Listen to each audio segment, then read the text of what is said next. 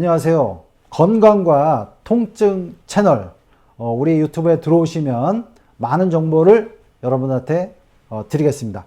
구독과 좋아요 감사합니다. 오늘도 또 우리 유튜브를 시청해 주셔서 감사드리고, 오늘은 귀 뒤 통증, 우리가 이제 귀에는 웨이도 귓구멍이 있고요, 그 귓바퀴가 있죠.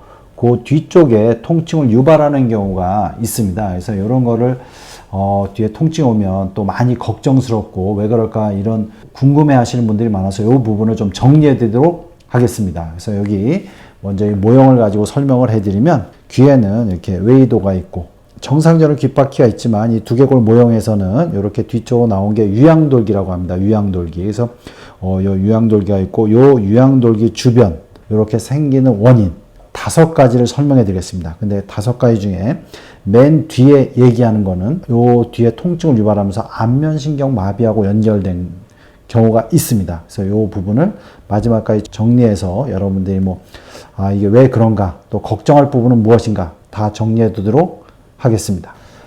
이제 3가지의 근육이 문제가 됐을 때 귀 뒤쪽에 이제 통증이 오는 경우가 있습니다. 그래서 이제 첫 번째, 우리 어깨에서 견봉서부터 시작해서 머리 뒤쪽에 붙는 상부 승모근을 이렇게 쭉 올라와서 후두부에 부착이 됩니다. 그래서 이제 상부 승모근이 안 좋을 때도 우리가 이제 귀 뒤쪽에 통증이 올 수가 있어요. 근데 이제 상부 승모근의 통증은 귀 뒤에 통증도 오지만 머리까지 올라가거나 눈 뒤쪽까지 이렇게 깊게 퍼지는 형식으로 통증이 옵니다.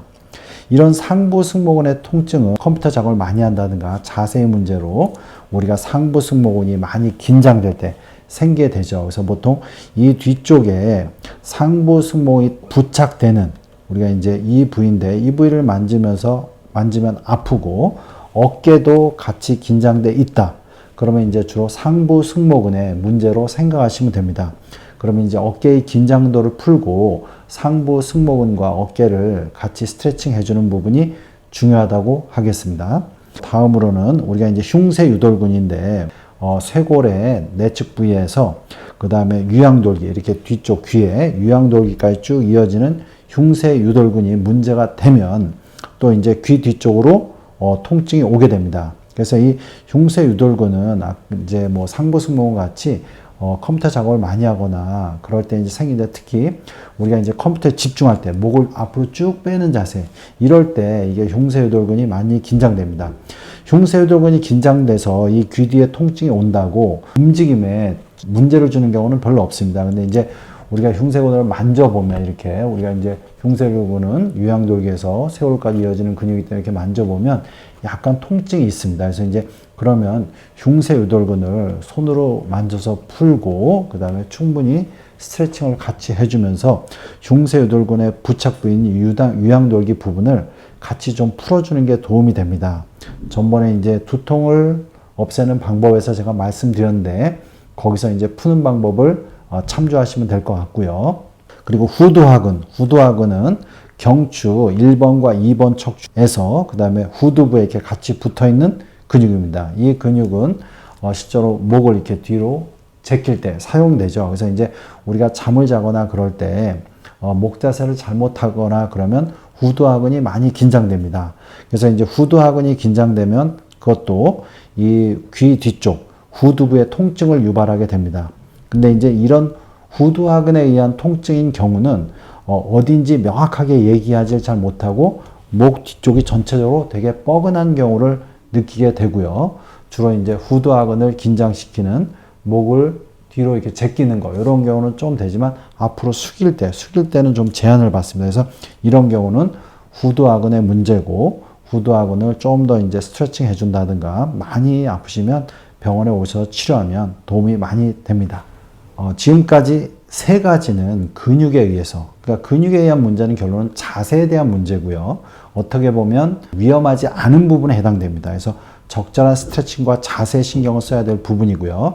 이제부터 2가지의 경우는 신경하고 연관된 경우입니다. 그래서 이제 먼저 얘기하는 후두신경이 있고 다음에 얘기하는 안면신경의 문제를 얘기할 텐데, 안면신경의 문제는 좀 더 신경 써야 되는 부분입니다. 그래서 먼저 후두신경은 경추 1, 2, 3번에서 나오는 신경이 후두부를 지나가는 거기 때문에 실적으로 상부 경추의 틀어짐이라든가 우리가 이제 아까 후두하근을 얘기했는데 후두하근을 이게 뚫고 나오기 때문에 후두하근이 긴장됐을 때 우리가 이제 후두신경이 자극이 되게 됩니다. 그래서 요거는 주로 이제 아까 후두하근이 문제가 됐을 때는 전체적으로 뻐근한데요. 이렇게 후두신경이 문제가 됐을 때는 후두하근의 긴장도 같이 있지만 찌릿찌릿하게 올라가는 통증이 많습니다. 그래서 이제 귀 뒤쪽에 문제가 되면서 찌릿찌릿 올라가는 느낌, 손으로 데려올 때도 좀 약간 전기 오듯이 힘든 부분이 있으면 후두신경통이고, 이런 경우는 엑스레이를 찍어서 경추의 문제면 경추의 문제를 같이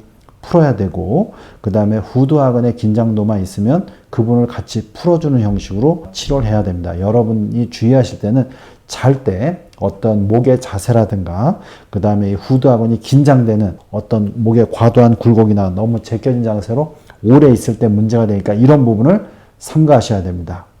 마지막으로 안면신경의 문제 때문에 이 귀 뒤쪽에 통증이 오는 경우가 있습니다. 이 부분이 어떻게 보면 가장 주의해야 되고 여러분들이 신경 써야 되는 부분인데, 안면신경은 원래 얼굴로 오는 신경인데 귀 안쪽 깊숙이에서 나오는 신경입니다. 근데 이제 안면신경이 마비가 오는 거를 우리가 이제 벨스팔시, 이제 뭐 구안아사 이런 식으로 얘기하죠. 그래서 이제 보통 이 안면신경의 마비가 오기 전에 귀 뒤쪽에 통증이 오는 경우가 있고요. 보통 이제 하루나 이틀 전에 통증이 오다가 그 다음에 안면신경 마비가 오는 경우가 있습니다. 이런 경우를 좀 조심하셔야 되는데, 특별한 이유가 없이 근육의 긴장이나 이런 것도 없이 귀 뒤쪽, 유양결기 뒤쪽 깊숙한 곳에 통증이 온다면 안면신경 마비가 올 수 있는 확률이 있습니다.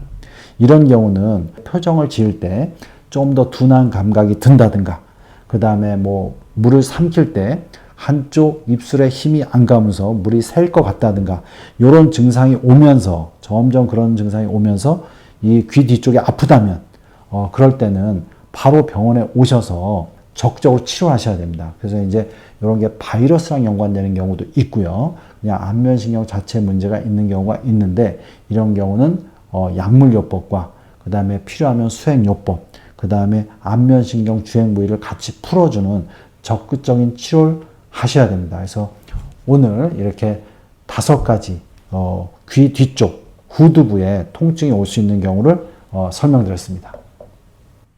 예, 연세신통TV 여러분 구독해 주시고요. 여러 영상이 있습니다. 이렇게 참조해 주시기 바랍니다.